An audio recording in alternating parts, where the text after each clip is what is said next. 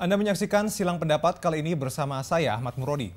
PSSI hingga kini belum juga mempunyai pengurus yang baru. Sudah 2 kali kongres pemilihan diadakan tapi hasilnya nihil. Komite Normalisasi yang kembali dipercaya mengadakan kongres kali ini benar-benar menjadi sorotan. Apa langkah mereka untuk memastikan kongres ketiga berjalan dengan lancar? Untuk membahasnya telah hadir bersama kami Bapak Sumaryoto, anggota Komite Normalisasi. Ya Pak Sumaryoto, terima kasih telah hadir di studio. Ya. Pak Sumaryoto, ini kan kita akan segera menggelar kongres ketiga tanggal 30 Juni di Solo. Solo ya. Tentunya kita tidak ingin kongres ini kembali berjalan seperti kongres pertama dan kedua. Langkah-langkah apa yang dilakukan oleh Komite Normalisasi agar kongres ketiga ini berjalan dengan lancar, Pak? Pertama bahwa untuk tanggal 30 Juni dan mestinya juga tanggal 20 Mei yang lalu itu adalah kongres luar biasa karena agendanya cuma satu, yaitu memilih ketua umum, wakil ketua umum dan anggota komite eksekutif 9 orang. Dan untuk kongres lanjutan tanggal 30 Juni yang lalu yang akan datang itu adalah melanjutkan yang lalu, dalam arti sudah ada calon 19 berkurang 1 karena Pak Aksa mengundurkan diri, kemudian berarti ada 18 calon ketua umum, ada 16 calon wakil ketua umum dan 51 calon anggota komite eksekutif. Itu lanjutan.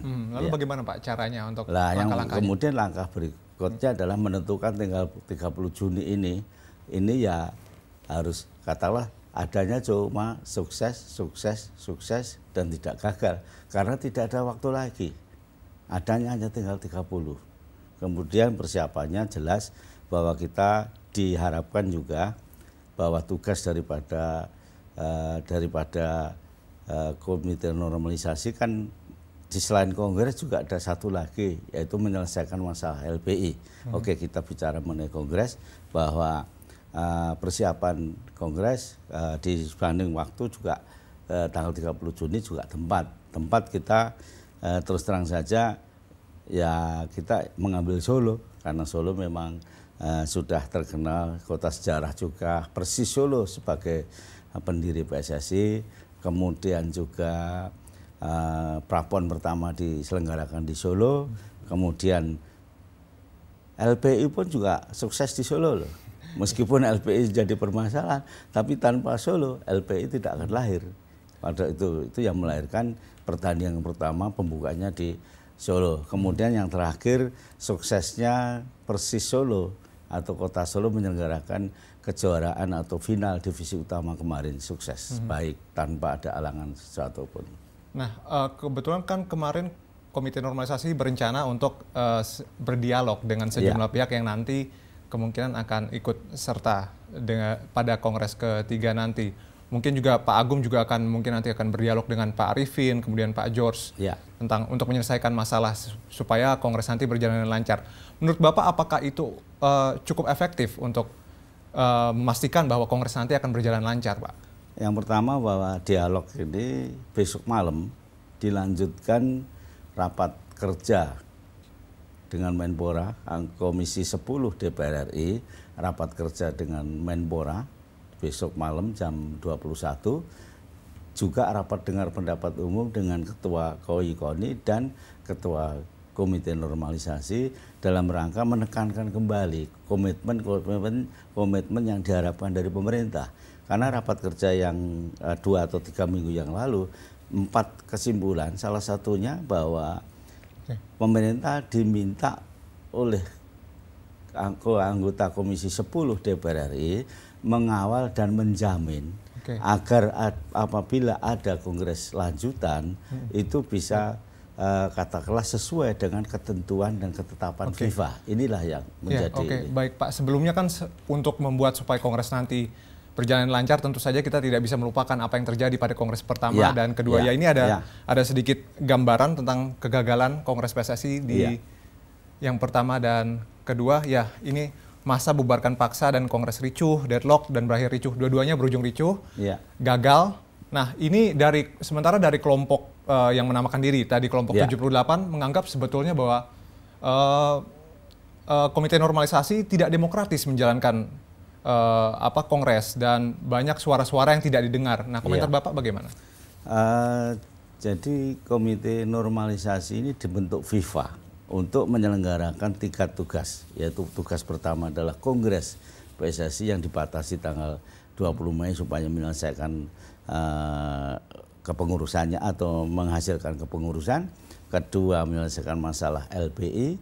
Ketiga, mengerjakan organisasi PSSI sehari-hari.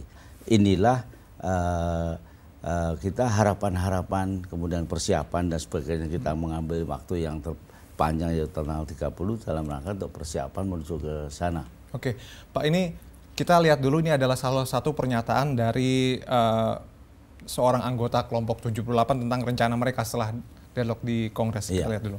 Kesimpulannya setelah ini kita berharap seluruh peserta yang memiliki hak suara dan diatur sesuai pasal 30 Statuta PSSI memiliki kewenangan untuk mencalonkan kembali Pak Jos dan Pak Arifin sebagai calon Ketua Umum dan Wakil Ketua Umum PSSI. Mekanismenya, Pak? Mekanismenya kita akan tawarkan. Kita sesuai seperti tadi pasal 30 ayat 1 dan ayat 2 menjelaskan bahwa peserta bisa mengusulkan agenda-agenda Kongres. Disetujui oleh 50+1, maka mau tidak mau Komite Normalisasi atau pimpinan sidang harus mengikuti dan menyetujui apa yang diinginkan oleh peserta sesuai dengan pasal 30 Statuta PSSI. Kalau melihat itu memang ada 2 perbedaan. Yang pertama, memandang pencalonan kembali Pak Jos, dan kedua, memandang mengenai agenda. Bahwa Komite Normalisasi sudah dibentuk oleh FIFA itu menyelenggarakan kongres luar biasa yang hanya satu agenda, yaitu memilih ketua umum, wakil ketua umum, dan ini tidak ada agenda yang lain. Yang kedua, bahwa mulai ditekan tanggal 4 April waktu pembentukan Komite Normalisasi sudah ada ketetapan, ketentuan bahwa 4 orang tidak boleh mencalonkan.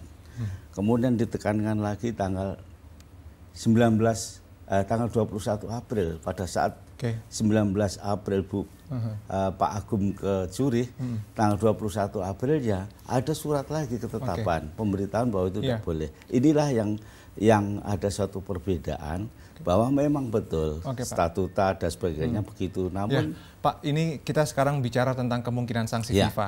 Bahwa sanksi ini kan sudah lama kita dengar isunya akan ada, tapi ternyata akhirnya FIFA mengeluarkan ancaman lagi bahwa setelah ini akan ada sanksi. Apakah memang benar-benar kali ini sanksi akan diberikan pada Indonesia? Saya yakin itu akan diberikan apabila tidak menghasilkan. Ya, kita lihat dulu, ini adalah kutipan pernyataan dari Pak Agung. Ya, jika hingga batas waktu 30 Juni PSSI tidak juga berhasil mengadakan kongres, maka Indonesia bisa dijatuhi sanksi oleh FIFA. Ini sudah memang keputusan final dari FIFA? Ya, keputusan final, dan itu keputusan Komite Eksekutif FIFA.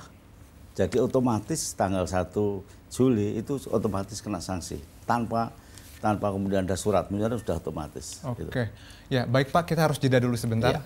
Dan ya, pemirsa, tetaplah bersama kami, Silang Pendapat kembali sesaat lagi.